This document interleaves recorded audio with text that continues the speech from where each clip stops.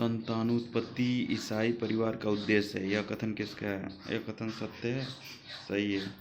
भारतीय ईसाई परिवार पर हिंदुओं का प्रभाव नहीं देखा गया है। यह कथन सत्य है? गलत। सही का चुनाव करें। ईसाई परिवार का आधार विवाह है। सामाजिक संस्था की विशेषता है अमूर्त प्रकृति। समुदाय की विशेषता है सदस्यता। समिति की विशेषता है ऐच्छिक सदस्यता। नागरिक समुदाय की विशेषता नहीं है और गतिशीलता। किसने कहा है अत्यधिक वर्ग विषमताएं नगर का लक्षण है? वर्गल। मानवीय विकास स्थान का वह स्वरूप है जो जीवन क्रम एवं क्रियाओं में गांव और नगरों दोनों प्रकार के तत्वों से मिलकर निर्मित है। कस्बा। प्राकृतिक पर्यावरण के निकट है ग्रामीण समाज। कृषक समाज है गांव।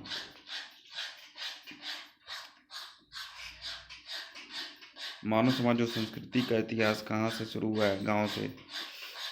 प्रत्येक सामाजिक घटना की भांति गांव भी एक ऐतिहासिक समूह है। यह कथन है AR देसाई का।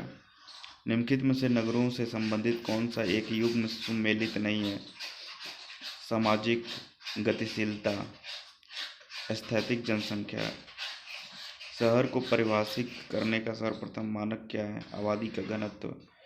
एक मेगापोलिस दो या अधिक मेट्रोपॉलिटन क्षेत्रों के मिल जाने के फलस्वरूप फैलता हुआ बृहद नगरीकृत क्षेत्र है। ममफोर्ड द्वारा प्रदत्त नगर के विकास की अवस्था का सही क्रम क्या है? 2 इयोपोलिस, पोलिस, मेट्रोपोलिस।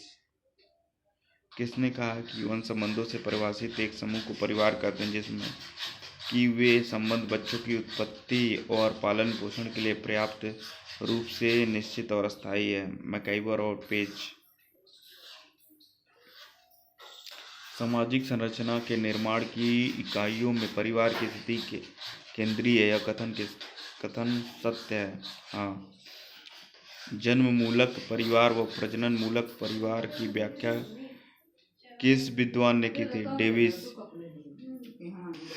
प्राकल्पना एक ऐसी मान्यता है जो अनुसंधान के द्वारा सदैव सच प्रमाणित होता है। यह कथन है गुड्डे एवं हार्ट के अनुसार सत्य है। जब कुछ व्यक्ति अपनी एक या अधिक आवश्यकताओं को पूरा करने के लिए नियमबद्ध संगठन का निर्माण करते हैं तो इस संगठन को कहते हैं समिति। निम्नलिखित में से कौन सी संस्था नहीं है? अपराधी दल। निम्नलिखित में से कौन सा समुदाय का उदाहरण नहीं है? एक संप्रदाय। सामाजिक नियमों के संग्रह को कहते हैं संस्था। किसने कहा कि गांव वह नाम है जो प्राचीन कृषकों की स्थापना को साधारणतः दर्शाता है? सिम्प्स। किसने कहा कस्बा एक नगरीय व्यवस्थापन के रूप में परिभाषित किया जा सकता है जो पर्याप्त आयामों के ग्रामीण क्षेत्र पर आधिपत्य रखता है? मेयर। ये 3 तत्व हैं प्राकृतिक पर प्रत्यक्ष निर्भरता, सीमित आकार, घनिष्ठ और प्राथमिक संबंध किस समुदाय से संबंधित है? ग्रामीण समुदाय से।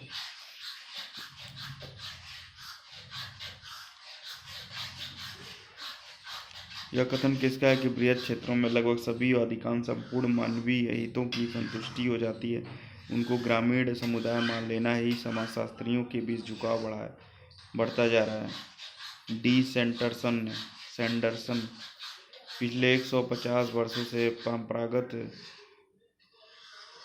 संयुक्त परिवार और परिवारवादी ग्रामीण संरचना गुणात्मक परिवर्तन होता जा रहा है। यह कथन किसका है? AR देसाई का। संस्कृति का संबंध किससे है? भौतिक और भौतिक से। सभ्यता को अधिसावयती संस्कृति की अवधारणा के रूप में परिभाषित किया जा सकता है। यह कथन किसका है? ऑगबर्न एवं निमकॉफ का।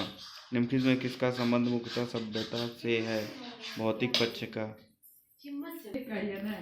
सभ्यता मनुष्य की वह बाह्य आचरण की है वह व्यवस्था है जिसे उन अनेक भौतिक पदार्थों के माध्यम से एक मूर्त रूप प्राप्त होता है। यह कथन किससे जुड़ा है? कांत से। आधुनिकीकरण निम्नलिखित में से किस स्तर पर देखा जा सकता है? इन सभी स्तरों पर। सांस्कृतिक एकाधिकता पाई जाती है आधुनिकीकरण में।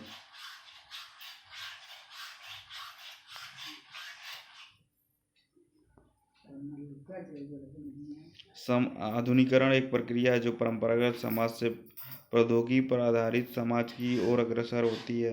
डॉक्टर श्यामा चरण दुबे। ग्रामीण समाज निम्नलिखित में से किसका द्योतक है? सरलता का। ग्रामीण क्षेत्र के किस प्रकार के समाज के अंतर्गत आता है? परंपरागत समाज के। निम्नलिखित में किसने ग्रामीण समाज की लोक संस्कृति में परिवर्तन कर दिया है? रेडियो, ट्रांजिस्टर, टेलीविजन, सिनेमा, ये सभी। निम्नलिखित में कौन सा एक सभ्यता की विशेषता नहीं है? अगतिशीलता। किसने कहा कि व्यक्तित्व एक मनोवैज्ञानिक परिघटना है जो न जैविक है और न ही सामाजिक है अपितु दोनों के योग की उत्पत्ति है? डेविस। हिंदू धर्म दर्शन के अनुसार संयुक्त परिवार की संरचना में सर्वाधिक निम्न स्थिति किसकी मानी जाती है? विधवा स्त्री की। निम्नलिखित में कौन सा संयुक्त परिवार की विशेषता नहीं है? व्यक्तिवादिता की भावना। निम्नलिखित में से नागरिक समुदाय की विशेषता कौन सी है? अज्ञानता, स्वयंसेवी संस्थाओं की अधिकता, बृहदाकार। द्वितीय और तृतीय।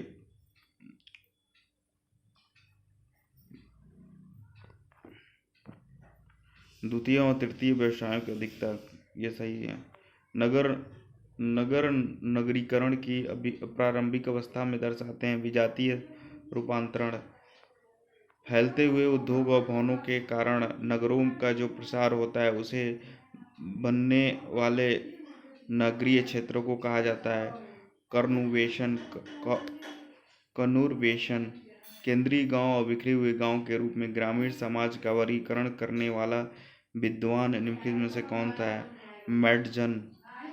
ग्रामीण समाज में आकारीय विशेषता के आधार पर भारतीय गांव की जनसंख्या कितनी मानी जाती है? 5000।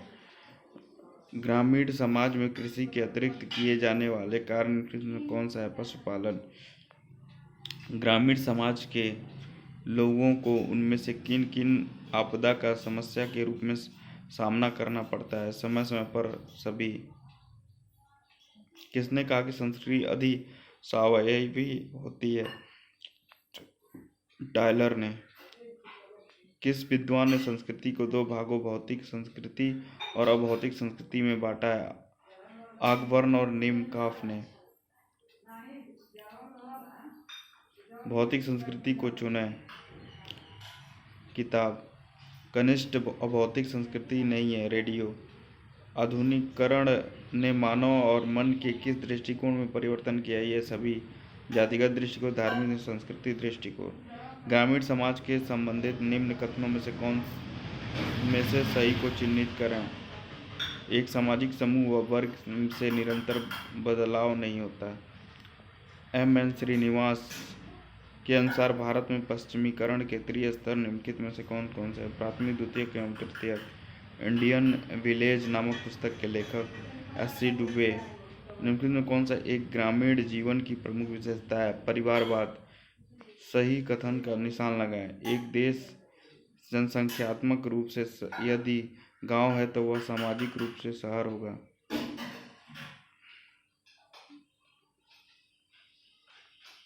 निम्नलिखित में से समान कारक पर सही निशान लगाइए जो शहरों की विशेषता दर्शाता है। शहर निवासी व्यक्ति के अतिरिक्त अन्य गतिविधियों में लगे हुए हैं। नगरीय अध्ययन के निम्नलिखित उपागमों में कौन सा एक आधुनिक नगर वृद्धि के संकेंद्रीय अंचलों की निर्दिष्ट करता है? पारिस्थितिक। जब नगरीय जनसंख्या में वृद्धि होती है और संपूर्ण जनसंख्या में नगरीय जनसंख्या का अनुपात स्थिर रहता है तो इसे कहा जाता है नगरीय वृद्धि। कस्बा वह क्षेत्र है जो गांव व नगर के बीच का होता है। कस्बा एक संगठित समूह है जिसमें सामान्यतः प्रमुख व्यवसाय कृषि क्रियाओं के विपरीत वाणिज्य तथा उद्योगों से संबंधित होता है। परिभाषा है रिच थोफेन ने। निम्नलिखित में से नगरीकरण से जनित समस्या कौन सी है? उपयुक्त सभी। गंदी बस्तियां, वेश्यावृत्ति, पर्यावरण प्रदूषण सभी। भारतीय धर्म ग्रंथों में कितने प्रकार के गांवों का उल्लेख किया गया है? 2। गांव एवं नगर दोनों ही समान है। इनमें से न तो अधिक प्राकृतिक है न ही कृत्रिम। यह कथन निम्नलिखित में किस विद्वान का? मैकगाइवर और पेज का। संस्कृति का मुख्य वाहक है भाषा और प्रतीक। संस्कृति के बारे में निम्न में से कौन सा कथन असत्य है? संस्कृति आनुवंशिकता से हस्तांतरित होती है। जब भौतिक संस्कृति अभौतिक संस्कृति की तुलना में आगे निकल जाती है तो यह दशा कहलाती है सांस्कृतिक विलंबना। ईसाई धर्म के परंपरागत रूप में सुधार करके इसकी प्रोटेस्टेंट शाखा को किस ईसाई संत ने स्थापित किया? Martin Luther. खालसा पंथ की स्थापना निम्नलिखित में किसने की थी? गुरु गोविंद सिंह। संस्कृति निम्न में से किसके द्वारा निर्मित होती है? मानव द्वारा। धर्म, कला, साहित्य, विज्ञान आदि उदाहरण है अभौतिक संस्कृति के। ऑस्कर लेविस के अनुसार निम्नलिखित में से कौन सा लक्षण ग्रामीण नेता से संबंधित नहीं है? धार्मिक पेशेवर होना। दास कैपिटल पुस्तक के लेखक कार्ल मार्क्स। एक निश्चित दिशा में होने वाले निरंतर परिवर्तन को उद्विकास कहते हैं। सोशल चेंज नामक पुस्तक के लेखक आर्गवन। सामाजिक परिवर्तन के सांस्कृतिक कारक के समर्थक कौन है? Max Weber. ऐतिहासिक भौतिकवाद सिद्धांत के प्रतिपादन कौन के? Karl Marx. भौतिक अभौतिक संस्कृति में अंतर किसने स्पष्ट किया? आगबर्न ने। सांस्कृतिक विलंबना की अवधारणा निम्न में से किसने दी? आगबर्न। निम्न में से कौन सी विशेषता संस्कृति की है? संस्कृति सीखी जाती है। संस्कृति में अनुकूल रहने की क्षमता होती है। संस्कृति अधिव्यक्तित्व एवं अधिसावयी होती है। फिर नगरों के अस्तित्व में आने का कारण औद्योगिकरण। निम्न में कौन सी दशा नगरों के विकास का कारण नहीं है? स्वास्थ्य की दशाएं। नगरीकरण जीवन की एक पद्धति है। किन विद्वान का कथन है? Lewis birth. ग्राम शब्द से बोध होता है एक विशेष जीवन विधि का। ग्रामीण समुदाय का प्रमुख गुण समान भौगोलिक क्षेत्र है। विवादपूर्ण। निम्नलिखित में कौन सी ग्रामीण समाज की विशेषता नहीं है? द्वितीयक संबंध। ग्रामीण समुदाय के अंतर्गत संस्थाओं और ऐसे व्यक्तियों का संकलन होता है जो छोटे से छोटे केंद्र के चारों ओर संगठित होते हैं और सामान्य प्रवृत्ति हितों में प्राकृतिक हितों में भाग लेते हैं। यह कथन इनमें से किसका है? मेरिल तथा एल्ड्रिच का। इनमें कौन सी ग्रामीण समुदाय की विशेषता है? प्राथमिक संबंधों की प्रधानता, संयुक्त परिवार प्रथा, सामाजिक गतिशीलता का अभाव। उपयुक्त सभी। इंडियन विलेज पुस्तक के लेखक एस.सी. दुबे। इनमें कौन सी विशेषता नागरीय समुदाय है? बड़ा आकार, गैर कृषि व्यवस्था, द्वितीय संबंध की प्रधानता।